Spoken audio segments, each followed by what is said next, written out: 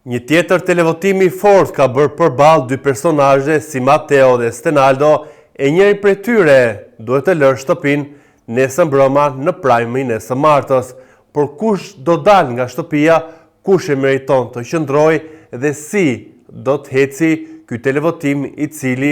ka përballë dy personazhe që nuk janë të lehtë. E para kemi Matteon që ka një fanbase, si gjithmonë flasin për Big Brotherin, por nuk duhet ta harrojmë që kush e ndjek Big Brotherin, kush janë ata që votojnë, e në dijenin time po hidhet leku lum për të shpëtuar Matteon. Ka disa prajme që Matteo është në televotim dhe që po hidhen para të shumta për ta shpallur atë të shpëtuar dhe për ta nxjerrë nga ato televotime, siç ishte dhe ai kur ishte përballë katër personazheve si Selin, Gimbo, Brikena dhe ai vet,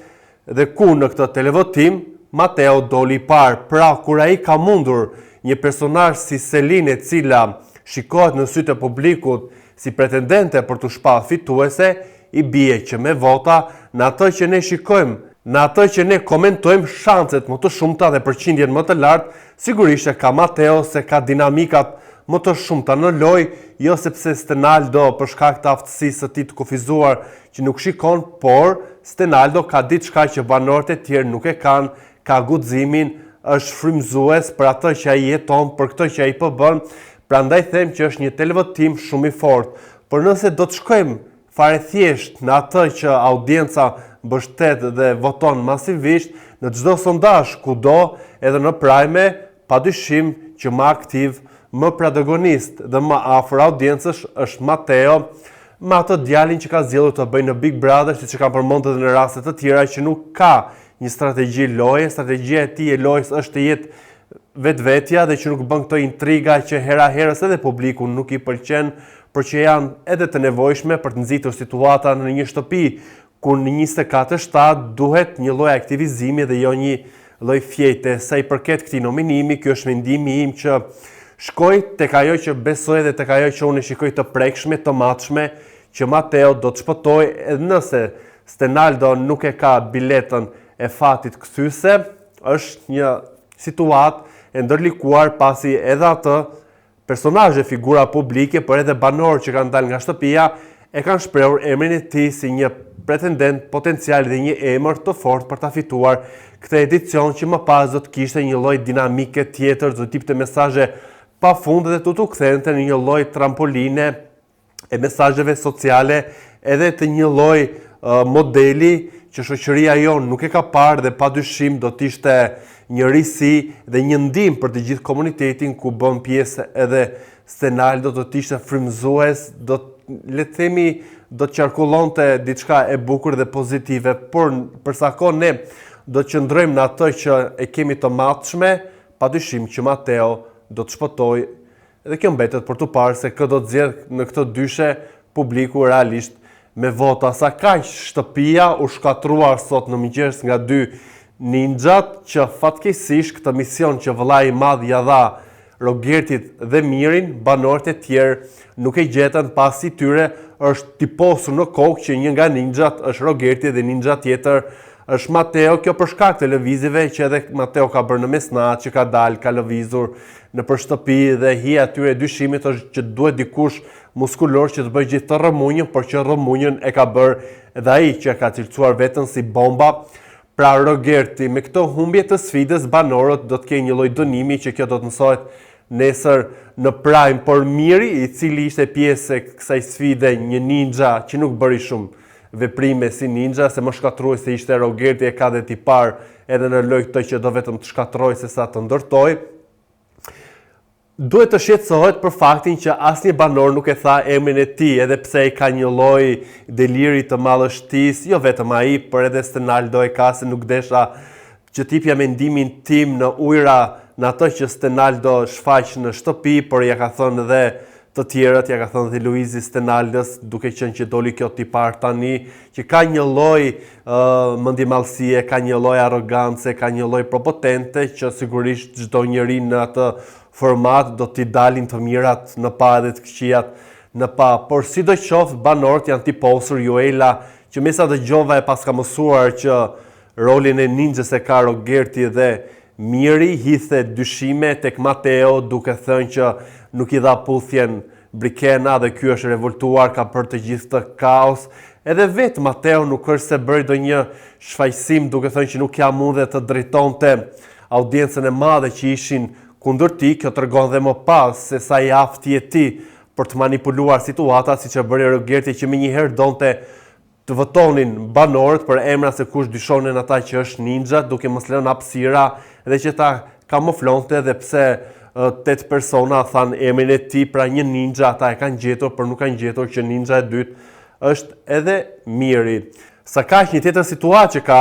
zgjuar interes tek audienca dhe që po ndiqet se si do të vijojë, ka të bëjë me liderin e ardhshëm, pasi tani ka një lloj propagande nga Rogerti dhe nga Miri duke mos lejuar grupin tjetër që në fakt nuk janë shumë kompakt me njëri tjetrin, siç është Miri, Rogerti, Juela dhe Edisa. Këta të katërt janë me njëri tjetrin dhe nuk shkëputen, prandaj dhe Rogerti u zgjedh lider javën e shkuar për shkak të qëndrimit që kanë njëri tjetri, pra janë të unifikuar dhe nuk janë të përçarë siç është grupi tjetër ku tani më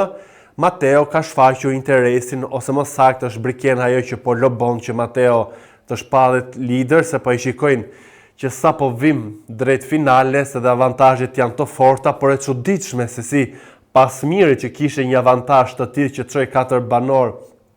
në televotim kok mo kok, fill pas ti një tjetër televotim kok mo kok e kishte dhe Rogerti, pra po bëhen shumë situata që vëllai i madh po jep favore, siç i dha dhe këtë çështjen e ninjave. Kjo nuk është e drejtë, pasi duhet të kenë dhe banorët e tjerë në dorë dinamika për të shfaqur karakterin e tyre si lojtar, por edhe për të përfituar. Tani pse nxori 2 emrat Mateo dhe Stenaldon, Rogerti e para se janë 2 rrugë, e bëri për t'i thënë Juelet që shiko se unë po ta pastroj rrugën ty, se ti sfidën i ka thënë e ke për në finale me Stenaldo, me Brikenën, dhe duhet të heqësh një nga këta që ti të sigurosh finalen, dhe i dha si një lloj sinjali saj që unë jam me ty dhe bëj për ty, por ndoshta edhe për t'i siguruar vetes se askush nuk e ka të sigurt se kush do të shkojë në finale, e të vësh përballë 2 personazhe që janë aktiv në lojë, që janë 2 personazhe që kanë dhënë kontributet e tyre, padyshim që ty të çon në atë që unë thash, o e ke bërë për Juelen, ose ke bërë për vitën, ose ke bërë për veten tënde, se ke një lloj pasigurie se kush do të jetë në finale. Sa i takon liderit, këta kaçja, pra Rogerti, Miri, Juela dhe Edisa, duan të peshkojnë dhe t'i japin një lloj sinjali, pra për të prishur matematikat, për të prishur numrat dhe për të prishur çdo gjë, dhe që të zgjedhet sërish një i tyre. Por ata nuk e dinën se do të jetë në dorën e banorëve kjo për të zgjedhur lidin e ri, apo do të shpallet me vot nga publiku. Nëse do të jetë në dorën e publikut, drejt që ta haj duhet të zgjidhet ai që publiku realisht e voton masivisht dhe që është Mateo ose Selim. Pra këta 2 personazhe duhet të kenë në dorë një avantazh, por për sa kohë 2 avantazhe kanë qenë rradhazi 2 javë, besoj që është shumë e fortë për lojën që të vihet në një lloj tjetër përballje, qoftë kok mo kok, por qoftë edhe me 4 personazhe, por tani që është ngushtuar laku, sigurisht që rruga të çon tek një televotim tjetër kok mo kok, se kush do të jetë, kush do të zgjidhet lider. Thash që grupi tjetër ku është pjesë jo kompakte, jo pranë njëri tjetrit, ku është Mateo, Brikena, Shndriti, ku është Nikol, por edhe ku është Selin, duhet të bashkohen për të zgjedhur njëri prej tyre që të mos humbashin, për të nxjerrë nga grupi që kam përballë, që është Rogerti, Miri, Juela dhe Edisa, 2 prej tyre në kok mo kok, edhe do të ishte besoj një goditje shumë e mirë për ta, për të hequr njëri prej tyre dhe për të shkuar drejt finalit, se me sa duket ujërat mund të çojnë që mund të jemi 4 finalistë edhe me shumë shtys, duke parë dhe aktivitetin e banorëve dhe emrat që ta kanë krijuar dhe pozicionin e tyre si personazh brenda loje, duhet patjetër të jenë 5 personazhe.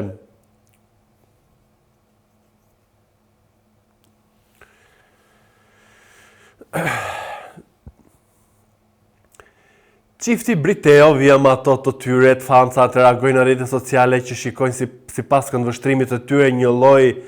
censure që i bën produksioni, që nuk i shfaq ata më së shumti në 2 kanalet, 1 dhe Big Brother 2, sa kaq një audio ku çifti diskuton të me njëri tjetrin për puthjen, për afrimin, pra janë në të njëjta ujëra dhe nuk është se ka avancuar lidhja tyre dhe pse janë leitmotiv në emisione, diskutohet kudo, jepen motive. Brikena është shumë populiste në veprimet që bën, pasi realisht ajo shkon drejt emisioneve, hapen tema për të, ajo din ku duhet të prek me populizmin e saj, por edhe me sjelljen e saj, dhe ja ka dalë që tjetë në qendër të vëmendjes, dhe një nga emrat të diskutuar në këto panele që unë them, dhe kjo është një arritje që ajo e bën me vetdijen e saj dhe me një synim për të qenë e përfolur, siç e bëri edhe me pjesëmarrjen e saj në Miss Grand. Pra është një lojtare që din të veprojë, edhe pse nuk është shumë e artikuluar apo që nuk është shumë, le të themi, e gjallë në ato lojë, din, ka pasur debate, sigurisht që vijon të ketë përplasje si me Rogertin, por edhe me Mirin. Rogerti e ngacmoi këto ditët e fundit për të provokuar Mateon, por ky i fundit me një qëndrueshmëri me atë që është dhe jo me ndonjë lloj agravimi, ja ka dalë që ta mënjanjoj këtë lloj cilësi që don Rogerti ta arri duke provokuar Mateon, se ja ka parë dhe e kupton që është një pretendent drejt finales dhe një pretendent për fitoren. Doja të dija dhe mendimin tuaj fillimisht se kush do dal nga kjo dyshe shumë e fortë midis Mateos dhe Stenaldos, dhe kush duhet të jetë lideri i ri i shtëpisë për të bërë një tjetër shkatrim të këtyre situatave që po bëhen në shtëpi, për të vënë përballë 2 ose pak më shumë se 2 deri në 3 personazhe kokë më kokë, dhe atëherë gara që është ndezur duhet të shkojë në këtë ritëm dhe nuk duhet ulur. Por më kryesorja është që mos harroni të bëni edhe subscribe kanalit ton Koha Jon në YouTube.